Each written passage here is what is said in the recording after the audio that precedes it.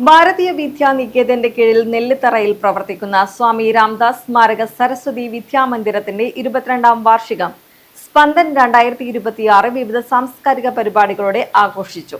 കാസർഗോഡ് മാതാ അമൃതാനന്ദമയി മഠം മഠാധിപതി സ്വാമി വേദവേദാമൃത ചൈതന്യ ദീപപ്രജ്വലനം നടത്തി ആഘോഷ ചടങ്ങ് ഉദ്ഘാടനം ചെയ്തു.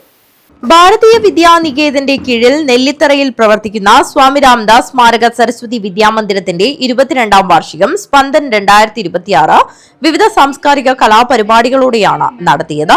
കാസർഗോഡ് മാതാ അമൃതാനന്ദമയി മഠം മഠാധിപതി സ്വാമി വേദാമൃത ചൈതന്യ ദീപപ്രജ്വലനം നടത്തി ആഘോഷ ചടങ്ങ് ഉദ്ഘാടനം ചെയ്തു. ചിട്ടയും വൃത്തിയും ശ്രദ്ധയും മര്യാദയും കൃത്യനിഷ്ഠയും കീഴ്വഴക്കവും അതുപോലെയുള്ള എല്ലാ മൂല്യങ്ങളും നമ്മളുടെ കുഞ്ഞുങ്ങളുടെ മുഖമുദ്രയായിരിക്കണം. ഇതൊക്കെയാണ് നമ്മളുടെ എല്ലാവരുടെയും ആഗ്രഹം.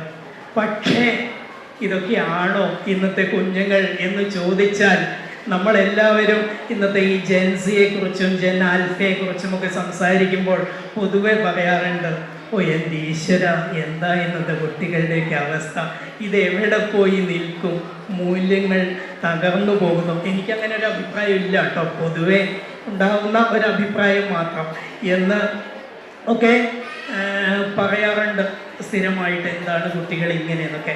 ഇതൊക്കെ കേൾക്കുമ്പോൾ ഇതൊക്കെ പറഞ്ഞ കുട്ടികളെ നമ്മൾ ഉപദേശിക്കാൻ പോയാൽ അവരൊരൊറ്റ വാക്കിൽ അതിനെ ഒതുക്കും, തന്തവയും എന്നൊരൊറ്റ വാക്കിൽ അതിനെ അങ്ങ് ഒതുക്കും. സത്യത്തിൽ എവിടെയാണ് ഈ പ്രശ്നം?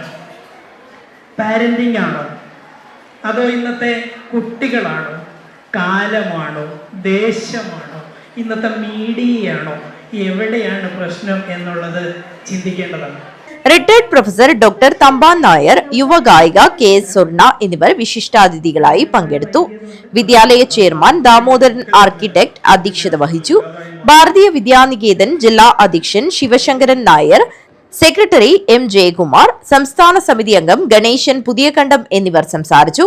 പ്രിൻസിപ്പൽ ഭവ്യ സ്വാഗതവും അധ്യാപിക റോഷ്നി മനോജ് നന്ദിയും പറഞ്ഞു. തുടർന്ന് കുട്ടികളുടെ കലാപരിപാടികൾ അരങ്ങേറി. News bureau, Kanhangad.